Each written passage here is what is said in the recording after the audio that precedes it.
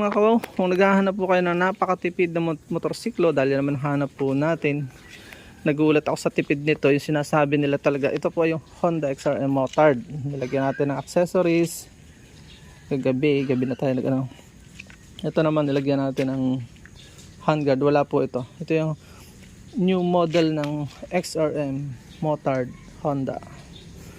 125 po yan. At napaka sa mga motorsiklo, I suggest mag 125 lang kayo hanggang 150. Kung makakarating ka rin naman sa patutunguhan eh.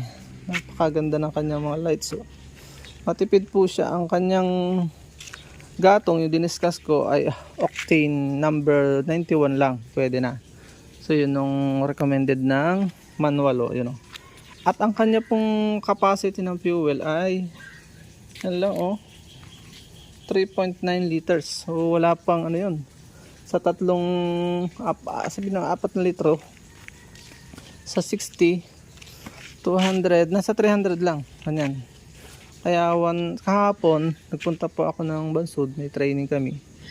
Ang Bansud ay more than 70 kilometers. Mahigit 1 liter. Pero ang ginas ko lang hanggang Victoria, may bawas na ako pumunta doon. Naggas ako doon ay 120 lang. So grabe ano. At pagdating ko dito, nagulat ako. Ang kanyang bawas ay ano lang. So 1 bar lang. Pakita ko sa inyo itong kanyang tanki. No, yan ano. Yung mga scooter maganda kasi maliliit lang ang tanki niya. Yan o. Pag ganun lang po ang pag-aalis niyan. So yun o. O yun o. Ito yung halos wala pang ano. Ang bawas ay ano lang, wala pang 50 pesos. 50 pesos mahigit lang yan. So ganun siya katipid. Kaya kung maghahanap ka na scooter na sa gas, napakatipid, ito na po ang re-recommend ako. Pwede rin yung mga 110, masyado lang parang nahingi ng ano. Ang problema ko lang dito, parang nahingi siya ng cambio. Yung, tingnan nyo, yun o, full tank pa siya, yun o. So nabawasan na ngayon. Pagka dahil nakatagilid, pag itinayo ko siya, mag-iwa 1 bar siya. Yun yung kagandahan dito sa XRM. Napakatipid. Kahit yung 2 bar na yun, pagka yun ay ginatungan, wala pang 100 yun.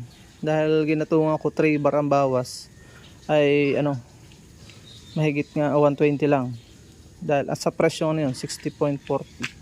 So yun lang, binigyan ko kayo ng idea. Kung kayo nagtitipid, kung kayo naman ay hindi nagtitipid, edi ma-155 ang bilhin nyo. Pero kung gusto niyo po ng 125 lang, yun lang talaga standard sa motor. Paalam and God bless. Talagang highly recommended ko itong XRM Motard. Sobrang forma na, parang enduro type.